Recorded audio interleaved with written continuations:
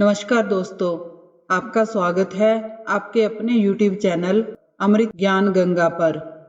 इस संसार में सबसे बड़ा पापी कौन है? चलिए शुरू करते हैं आज की कहानी। ये कहानी एक तोता और एक मैना की है। जो भी मनुष्य इस कहानी को ध्यान से सुनता है वह अपने जीवन में कभी भी धोखा नहीं खा सकता। हमारा आज का विषय है कि इस संसार में सबसे बड़ा पापी कौन है, स्त्री या पुरुष? वैसे तो इस संसार में हर व्यक्ति पाप करता है और पाप करने के बाद उसको यह भी पता नहीं होता कि वह पापी है और वह पाप कर रहा है। इस बात का उसे भान भी नहीं होता। लेकिन संसार में हर मनुष्य पाप करता है। कई लोग तो ऐसे होते हैं जो रात दिन पाप करते हैं और पाप करने के बाद ये कहते हैं कि हम पापी नहीं हैं। पाप का भागीदार बनना यानी नरक का वासी बनना होता है। इसलिए जितना हो सके पाप से बचकर रहें। अपने कर्मों में कभी पाप को इकट्ठा ना होने दें। जिनके पाप बहुत होते हैं उनका ईश्वर की पूजा में मन नहीं लगता है।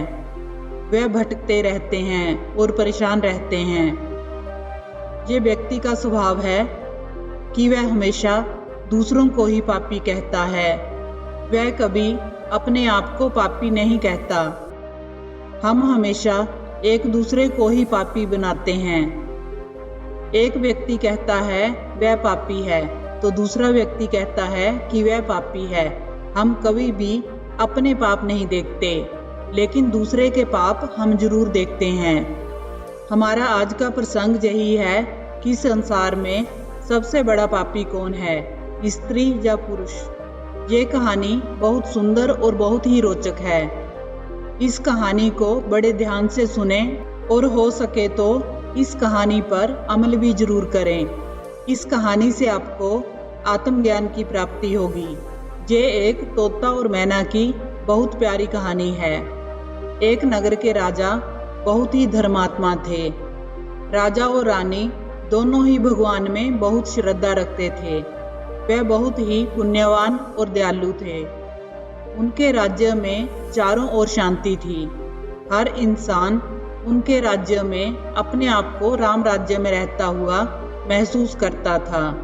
उस राज्य में कभी कोई इंसान पाप नहीं करता था। उस राज्य में कोई भी व्यक्ति मांस या मदिरा का सेवन नहीं करता था। सभी लोग उस राज्य में बड़ी सुख शांति से अपना जीवन व्यतीत करते थे। राजा की न्यायप्रिय प्रक्रिया भी बहुत अच्छी थी। उस राजा की न्याय प्रक्रिया को दूर दूर के राजा भी मानते थे। सभी लोग राजा की बहुत तारीफ किया करते थे। उस राजा के पास एक तोता और एक मैना रहा करते थे। राजा रानी ने उन दोनों को एक ही पिंजरे में रखा हुआ था। एक दिन तोता और मैना एक ही पिंजरे में बैठे बातें कर रहे थे। तोता मैना से कहता है कि इस संसार में सबसे ज्यादा पापी स्त्री होती है। मैना कहती है कि नहीं, आप गलत कह रहे हैं। इस संसार में सबसे ज्यादा पापी पुरुष होता है। पुरुष लोग धोखेबाज होते हैं। अवसर मिलने पर ये कुछ भी कर सकते हैं। इनसे बड़ा पापी कोई नहीं। तोता मैना में इस बात को लेकर बहस होने लग पड़ती है। मैना कहती है पुरुष सबसे बड़ा पापी होता है और तोता कहता है कि स्त्रियां जितने पाप कर सकती हैं पुरुष उतने पाप नहीं कर सकते, इसलिए स्त्री सबसे बड़ी पापी होती है। तुम पुरुषों को पापी कह रही हो, पुरुष तो कोई धोखा नहीं करते। स्त्रियां बहुत ज्यादा धोखेबाज होती हैं। उन दोनों में ये विवाद बहुत बढ़ गया और जब राजा को इस बात का पता चला तो राजा उन दोनों के पास आया और उनसे कहने लगा कि तोता मैना, तुम दोनों एक दूसरे से लड़ क्यों रहे हो? उसके बाद दोनों राजा से अपनी अपनी बात कहते हैं। पहले मैना कहती है कि देखिए महाराज, तोता मान ही नहीं रहा है कि इस संसार में सबसे बड़ा पापी पुरुष होता है। तोता कहता है कि नहीं राजा साहब, ये मैना नहीं मान रही है कि इस संसार में सबसे बड़ी पापी स्त्री होती है। दोनों की बात सुनने के बाद राजा मैना से कहता है कि मैना, पहले तुम बताओ कि सबसे बड़ा पापी पुरुष कैसे होता है। मैना एक छोटी सी कहानी सुनाती है। वह कहती है कि महाराज, एक नगर में एक सेठ रहा करता था। सेठ का एक लड़का था। वह लड़का दिन रात जुआ और सट्टेबाजी खेलता था। सेठ के बहुत समझाने के बाद भी वह समझता नहीं था। आखिरकार उसे समझाते समझाते सेठ अपनी आयु पूरी करके मृत्यु को प्राप्त हो गया, लेकिन वह लड़का नहीं समझा। अब पिता की मौत के बाद वह लड़का और भी ज्यादा स्वतंत्र हो गया और भी ज्यादा आजाद हो गया। उसने अपने पिता की सारी जमा पूंजी जुए में खो दी। अंत में वह अपने पिता की जमीन आदि को बेचकर अपने गांव से चला जाता है। वहां से जाने के बाद वह दोबारा वापस अपने गांव में नहीं आया। घूमता घूमता वह एक नगर में पहुंच जाता है। वह उस नगर के राजा के महल के सामने जाकर बैठ जाता है। राजा उस लड़के को देखता है और सोचने लगता है कि लड़का बहुत सुंदर है, किसी भले घर का लगता है, हो सकता है किसी नगर सेठ या किसी राजा का लड़का हो। ऐसा सोचकर राजा उस लड़के को अपने पास बुलाता है। राजा के सैनिक उस लड़के को राजा के पास लेकर जाते हैं। राजा उस लड़के से पूछता है कि तुम कौन हो और कहां से आए हो। दिखने में तो बहुत सुंदर हो और सीधे साधे लगते हो, किसी अच्छे घर के लगते हो। तुम यहाँ ऐसे क्यों बैठे हो, क्या परेशानी है? लड़का राजा से कहता है कि महाराज, मैं एक बहुत बड़ा व्यापारी हूँ। जब मैं यहाँ आ रहा था तो रास्ते में कुछ लुटेरों ने मेरा सामान लूट लिया।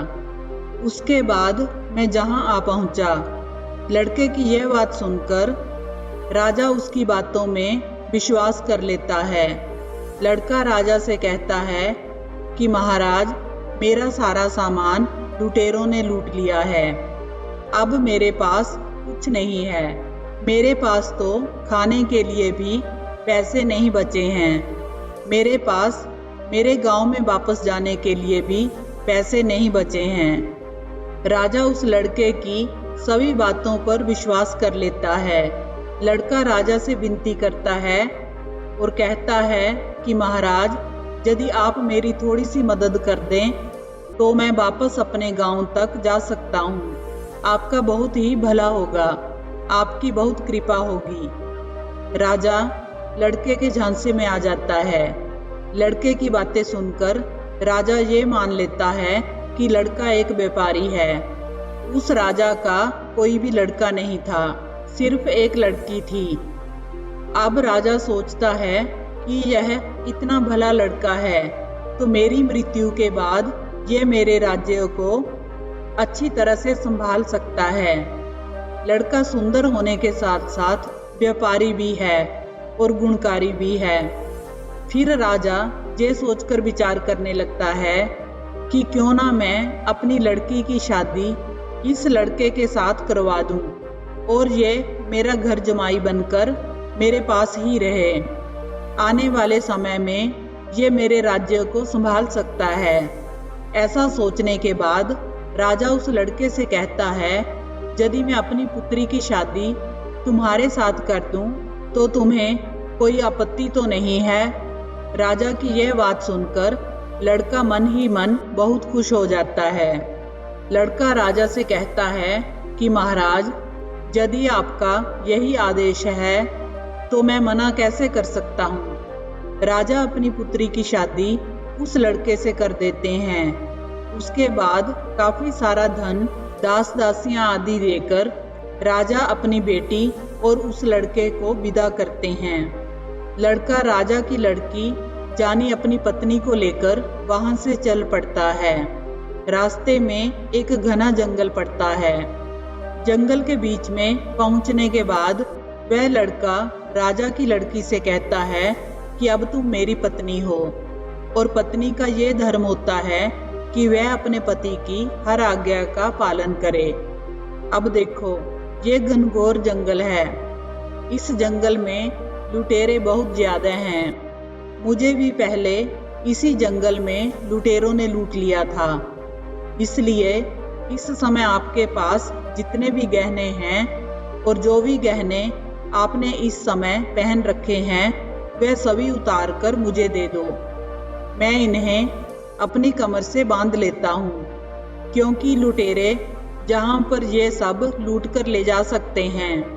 पत्नी पतिव्रता थी, वह अपने पति की बातों पर विश्वास करती है। वह कहती है, आप ठीक ही कह रहे हैं, मैं अपने सारे गहने उतारकर आपको दे देती हूँ। वह लड़की अपने सारे गहने उतारकर अपने पति को थमा देती है और वह लड़का सारे गहने लेकर अपनी कमर में बांध लेता है। राजा ने जितना भी धन दिया था उसको भी एक जगह पर इकट्ठा कर लेता है। थोड़ा और आगे जाकर वह विश्राम करने के लिए रुकते हैं। जब वह विश्राम के लिए रुकते हैं तो वह लड़का सभी दास दासियों को मार देता है। वहां पास ही एक कुआं था। वह लड़की को उस कुएं में धक्का दे देता है और वह सारा सामान लेकर भाग जाता है। लड़का सोचता है, मैंने सबको मार दिया है, पत्नी को कुएं में धकेल दिया है, वह भी खत्म हो जाएगी और अब इन पैसों से मेरा जीवन बड़े आराम से निकल जाएगा। मैं खूब जुआ खेलूंगा और आनंद करूंगा। ये सब सोचकर वह लड़का वहां से सारा सामान लेकर भाग जाता है। लेकिन उसकी पत्नी उस कुएं में मरी नहीं। वह जोर जोर से चिल्लाने लगी और मदद के लिए लोगों को पुकारने लगी। वह आवाजें लगा रही थी कि कोई मुझे इस कुएं में से बाहर निकालो। तभी उधर से कुछ लोग जा रहे थे। उन लोगों ने उस लड़की की आवाज सुनी और वह कुएं के पास आए तो उन्होंने देखा कि कुएं के अंदर लड़की गिरी हुई थी। वह उसे वहां से निकाल देते हैं। लड़की वापस अपने राज्य में अपने पिता के पास चली जाती है। लड़की की ये हालत देखकर राजा उससे पूछता है कि बेटी, क्या हुआ, तुम वापस कैसे चली आई? वह लड़की कहती है कि पिताश्री, रास्ते में हमें कुछ लुटेरे मिल गए थे और उन लुटेरों ने हमारे साथ ये दुर्व्यवहार किया है। उन्होंने सभी दास दासियों को खत्म कर दिया, मुझे भी एक कुएं में धकेल दिया और मेरे पति का कोई पता नहीं है। वह लड़की पतिव्रता थी, इसलिए उसने उस घटना के बारे में अपने पिता को नहीं बताया। वह लड़की इसके बाद अपने पिता के पास रहने लगी। कुछ समय निकलने के बाद वह लड़का फिर से उस राजा के द्वार पर आता है। वह सारा धन जुए में हार कर वापस अपने ससुर के पास आता है। अब एक भी पैसा उसके पास नहीं बचा था, इसलिए वह फिर से अपने ससुर के पास पहुंच जाता है। वह सोच रहा था कि मैं अपने ससुर से ये कहूँगा कि ससुर जी, आप नाना बनने वाले हैं। ये बात सुनकर राजा बहुत खुश हो जाएगा और मुझे फिर से बहुत सारा धन दे देंगे, जिससे मैं फिर से जुआ खेलूंगा और आनंद करूंगा। यही सोचकर वह लड़का फिर से उस राजा के द्वार पर आता है, लेकिन द्वार पर ही उसे अपनी पत्नी मिल जाती है। उसे देखकर उसकी पत्नी पहले तो थोड़ा गुस्सा करती है, बाद में अपने पति को कहती है कि देखो, मैंने अपने पिता को कोई ऐसी बात नहीं बताई है। मैंने अपने पिता से ये कहा था कि हमें रास्ते में कुछ लुटेरों ने लूट लिया है और दास दासियों को मार दिया है, मुझे कुएं में धकेल दिया है और मेरे पति का कोई पता नहीं है। आप भी यही बात मेरे पिता से कहना। लड़का अपनी पत्नी की ये बात सुनकर बहुत खुश होता है और सोचने लगता है कि मेरी पत्नी तो सच में पतिव्रता है। लेकिन कहा जाता है कि कुत्ते की पूंछ कभी सीधी नहीं होती। यही हाल उस लड़के का भी था। वह भी कभी सुधर नहीं सकता था।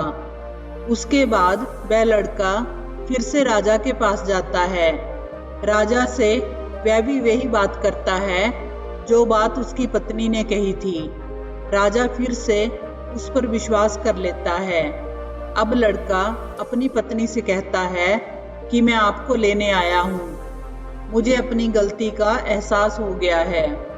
मुझे खुद नहीं पता कि मेरे साथ ऐसा क्या हुआ था कि मैंने ऐसा व्यवहार किया, लेकिन अब मुझे अपनी गलती का एहसास हो चुका है, इसलिए मैं आपको लेने के लिए आया हूँ। हम कल सुबह प्रातःकाल ही जहाँ से चल पड़ेंगे।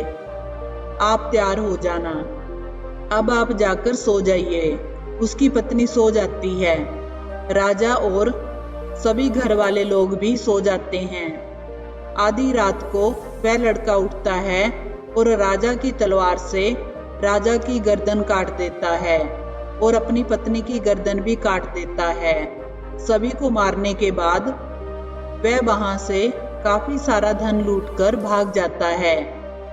ये बात मैना राजा से कहती है। राजा मैना की ये बात सुनकर हैरान रह जाते हैं। उसके बाद तोता एक कहानी सुनाता है। तोता भी कहता है कि राजा साहब, अब मेरी भी कहानी सुनिए। एक सेठ थे। वह सेठ भी बहुत अच्छे और धर्मपरायण थे। उस सेठ का देश विदेश में व्यापार का काम था। वह काफी समय तक दूर दूर अपने व्यापार के लिए जाते रहते थे और काफी समय के बाद वापस आते थे। एक दिन उस सेठ का विवाह हो गया।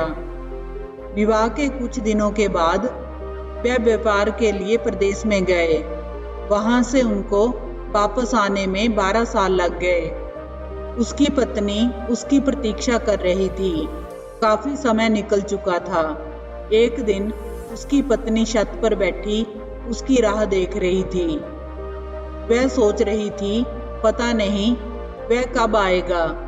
उसका पति तो नहीं आया, परंतु उस समय वहां से एक सुंदर युवक निकला। वह युवक बहुत ही सुंदर था। उस युवक को देखकर वह युवती उसे चाहने लगी। उसने अपनी एक सहेली को कहा कि इस युवक के बारे में पता करो कि ये कौन है और कहाँ रहता है।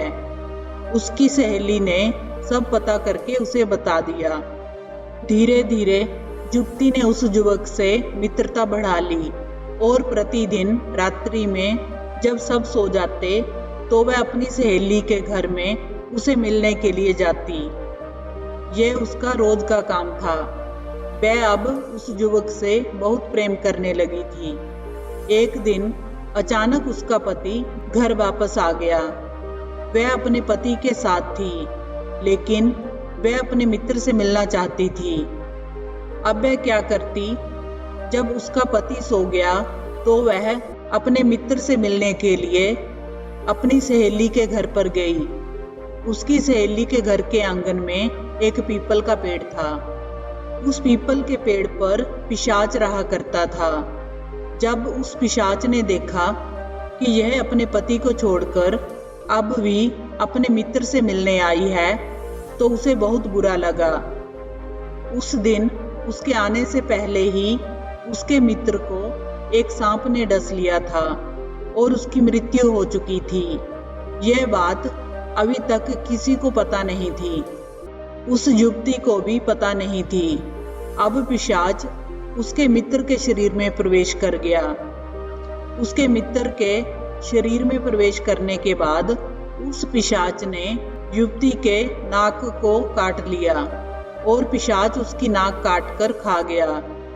उसके बाद पिशाच उसे बोला कि तू अब अपने पति के पास जा, पति के पास बैठकर रो और उसे बोल कि तुमने मेरी नाक काट दी है।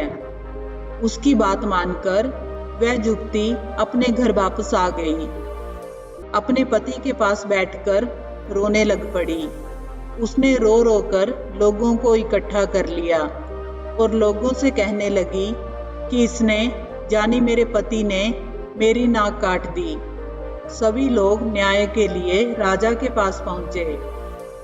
राजा ने उन्हें दूसरे दिन राजदरबार में आने के लिए कहा। दूसरे दिन जब वह राजदरबार में पहुंचे, उसी समय किसी तरह से पिशाच भी वहां किसी रूप में पहुंच गया। जब राजा के दरबार में इस बारे में बात चल रही थी, उसी समय पिशाच बोल उठा कि यह सत्य नहीं है। इसकी नाक इसके पति ने नहीं काटी है। इसकी नाक तो इसके मित्र ने काटी है। इसका मित्र वहां पड़ा है। उसके मुंह में अभी भी इसकी नाक है। आप जाकर देख सकते हैं। जब जाकर देखा गया तो वह सब सच था। तब तोता बोला कि राजन, इसलिए मैं कहता हूं कि जब स्त्रियां कुछ करने पर आती हैं तो सब हद पार कर जाती हैं। इसलिए स्त्रियां पुरुषों से ज्यादा पापी होती हैं। फिर तोता बोला कि राजन, अब आप ही फैसला करिए कि कौन सबसे बड़ा पापी है, स्त्री या पुरुष। दोनों की कहानी सुनने के बाद राजा निर्णय करने लगते हैं। राजा दोनों से कहता है कि देखो, अब तुम दोनों झगड़ा करना बंद कर दो। अब इसका निर्णय हम करेंगे कि संसार में सबसे बड़ा पापी कौन है, स्त्री या पुरुष। अगले दिन राजा अपना दरबार लगाते हैं और दरबार में इस बात को रखते हैं। राजा, मंत्री, अमात्यों और सभी के सामने इस बात का फैसला सुनाते हुए कहते हैं कि चाहे वह स्त्री है या पुरुष, ऐसे इंसान को ये पता ही नहीं होता कि वह क्या करने जा रहा है और जो वह करने जा रहा है वह ठीक है या गलत। पाप करते समय इंसान ये नहीं देखता कि वह स्त्री है या पुरुष। पाप कोई भी व्यक्ति कर सकता है। स्त्री भी पाप कर सकती है और पुरुष भी। इस संसार में सबसे बड़ा पापी वह होता है जो अपनी औकात से नीचे गिर जाए, जो अपनी हैसियत भूल जाए, जिसका आचरण गिर गया हो, जिसकी सोच गिर गई हो, जो देश, धर्म और मर्यादा का उल्लंघन करके सिर्फ अपने लिए जीता हो, वही सबसे बड़ा पापी है। राजा के सभी मंत्री और अमात्य इस बात को मानते हैं कि संसार का सबसे बड़ा पापी वही है। तोता और मैना को भी राजा की ये बात सही लगती है और वह लड़ना बंद करके फिर से खुशी खुशी रहना शुरू कर देते हैं। आशा करते हैं कि आपको ये कहानी पसंद आई होगी। आपको ये कहानी अच्छी लगी हो तो वीडियो को लाइक करें, चैनल को सब्सक्राइब करें। कहानी को अंत तक सुनने के लिए आपका धन्यवाद।